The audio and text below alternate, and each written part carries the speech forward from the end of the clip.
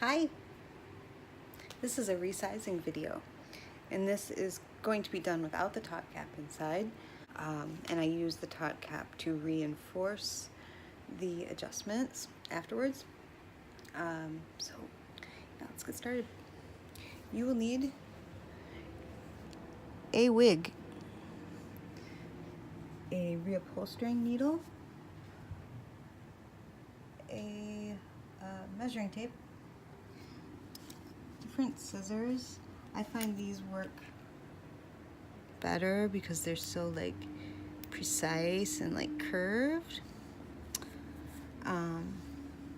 Multi-size earrings, probably a clip, a head. It doesn't have to be styrofoam. I mean, it doesn't have to be like rubber like this. It can be styrofoam. Just something to put your head cast on, or to like set the wig on for measurements if you don't have a head cast. Back scratcher and a banana.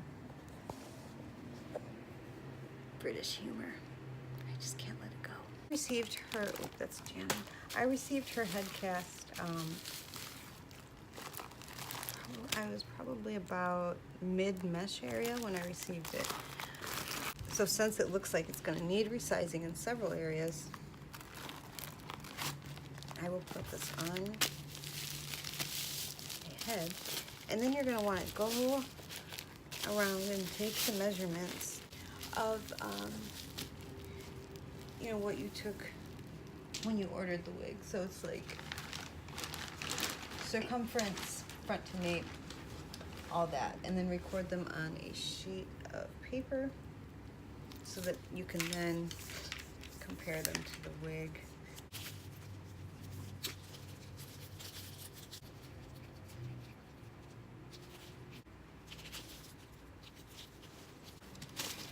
So those are really the only measurements that I care about, because this can be misconstrued in so many ways.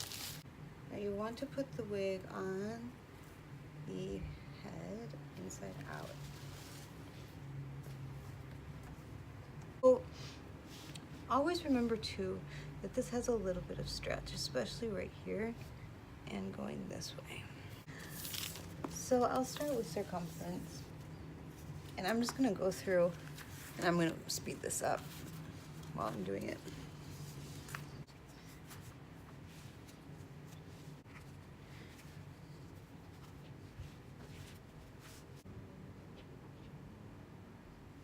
Now for this, I usually start at not the baby hair, but where the top cap would start.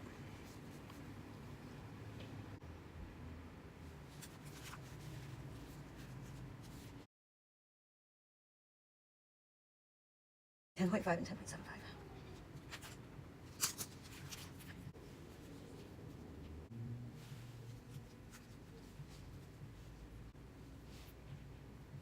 So when I take this in for the temple to temple measurement,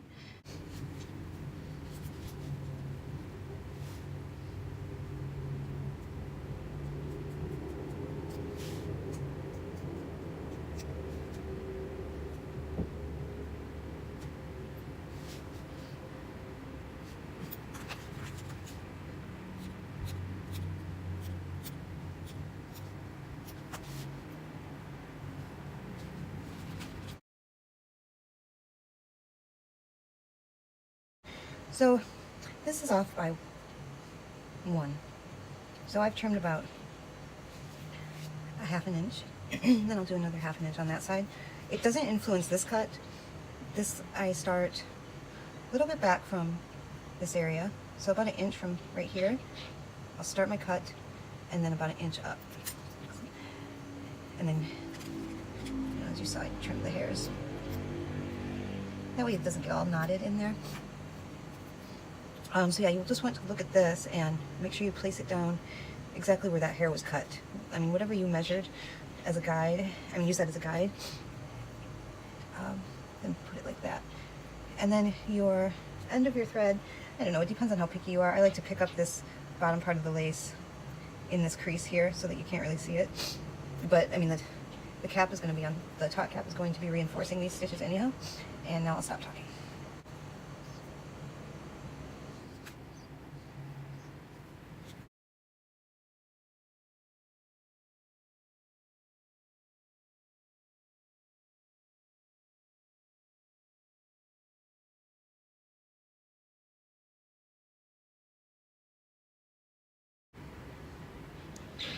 And what I just did there was just a little fold.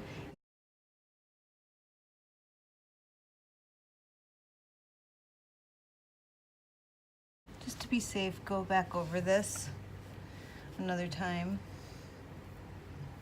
For the second one, I'm gonna go ahead and make it zoomed in, and I'll do this part off camera, but I just didn't realize how far out it was, and my big elephant fingers were probably kind of in the way.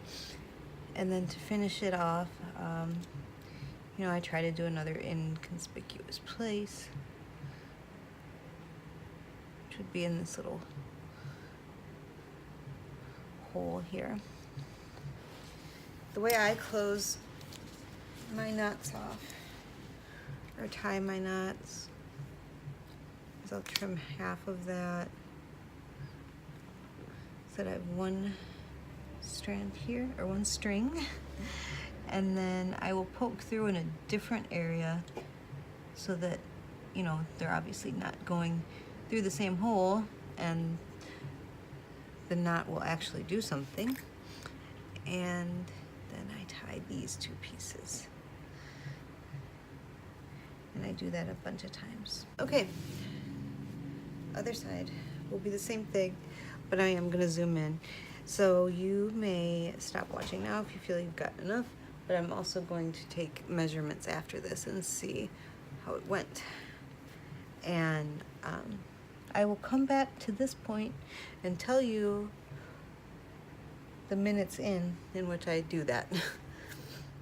Okay, so this is a little better. Still working on the temple to temple measurement. Was 1 inch too big.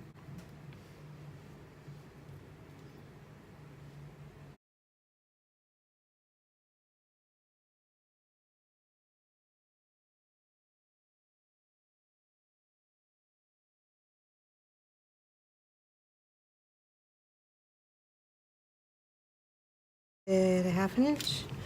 I'll do about the same here. Cutting the hair to use as a guide and also to avoid any kind of tangle. So we are doing a 1/2 inch on this side, 1/2 inch on the other side.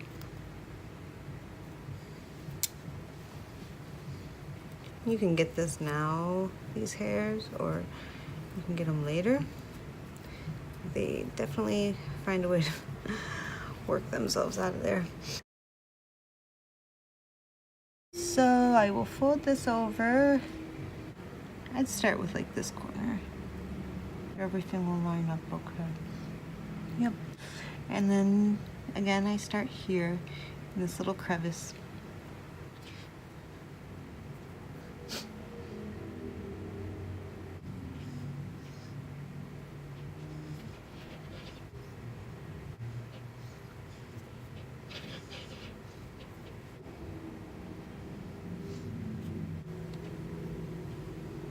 So I'm closing it off here. Will be, after I tie this knot, just checking to see if which measurements this actually changed, because the chances are it changed a few, or a couple anyway. If you make a cut here to change the front to nape, that will also shrink this circumference down. So let's check this. There's still a little bit of the Taute cap prep on the inside of her wig here. Looks kind of icky, but it's just a powder that you put on before and then rinse it off.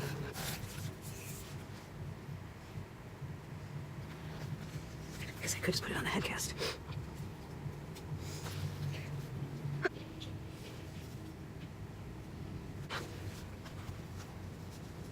Oh, okay. Well, that's good. Needs it to be at 12. She's at 12.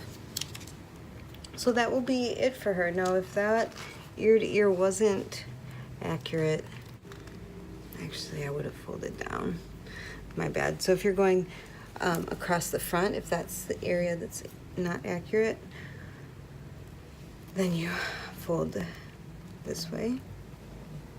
But if it's across the top, then you fold down this way. It's good. And then I wanted to show you the other side as well, because remember we have those flaps on the actual side that you see.